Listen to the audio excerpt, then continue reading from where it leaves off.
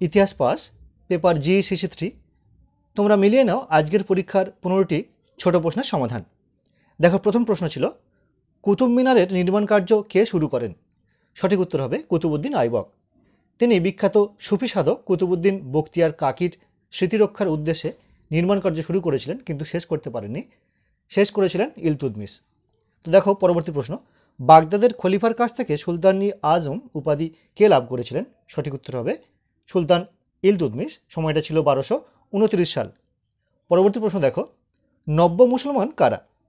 এর উত্তর হবে জালালউদ্দিন খলজির আমলে 1292 সালে হলাগুর পৌত্র আবদুল্লাহর নেতৃত্বে মঙ্গলরা ভারত আক্রমণ করে এবং পরাজিত হয়।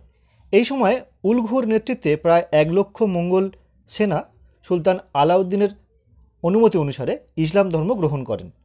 দিল্লির উপকণ্ঠে এরা বসবাস শুরু করে। এদেরকে নব্য মুসলমান বলা হয়।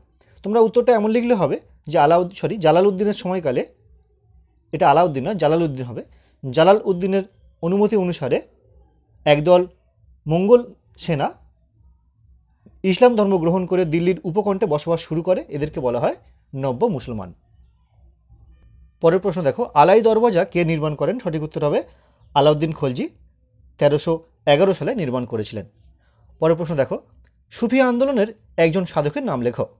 সুফি আন্দোলনের একাধিক সাধক ছিলেন, তার মধ্যে অন্যতম হলেন মঈনুদ্দিন চিশতি, নিজামুদ্দিন আউলিয়া, নাসিরুদ্দিন চিরাগ, শেখ শিহাবুদ্দিন। তোমরা কে কোনটা লিখলে অবশ্যই কমেন্ট করে জানিও।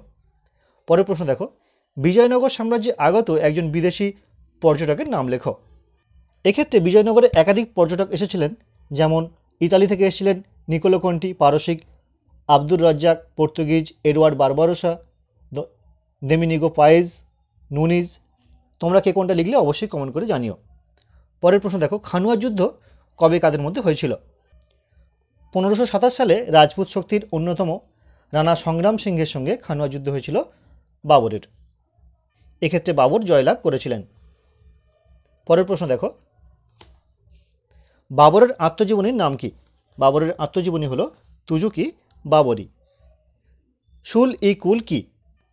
শুল-ই-কুল এই উত্তরটি হবে মুঘল সম্রাট আকবর সাম্রাজ্যের মধ্যে ধর্মীয় বিভেদ দূর করার জন্য সমস্ত ধর্মের প্রতি শ্রদ্ধাশীল হয়ে ধর্ম সহিষ্ণুতার নীতি গ্রহণ করেছিলেন।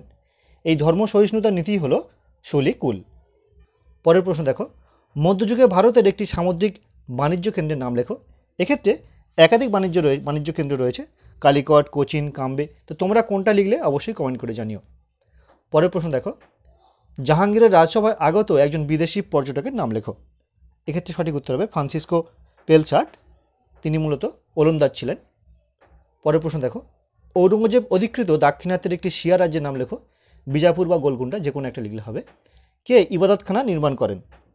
1575 সালে সম্রাট আকবর ফতেপুর সিক্রিতে ইবাদতখানা নির্মাণ করেছিলেন। সুলতানি যুগে প্রচলিত একটি করের নাম লেখো। এক্ষেত্রে একাধিক কর রয়েছে, জাকাত, খারাজ, জিজিয়া। তো তোমরা কোনটা লিখলে অবশ্যই কমেন্ট করে জানিও। লাস্ট প্রশ্ন দেখো, অষ্টপ্রধান শব্দটি কার রাজ্য শাসনের সঙ্গে যুক্ত?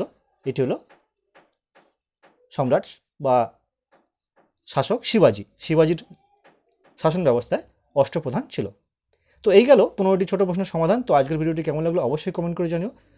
যদি কোনো প্রশ্ন থাকে অবশ্যই কমেন্ট করো, পারলে একটি লাইক করো। তো তোমরা প্রশ্নটি আরেকবার দেখে নাও। প্রশ্নপত্রটি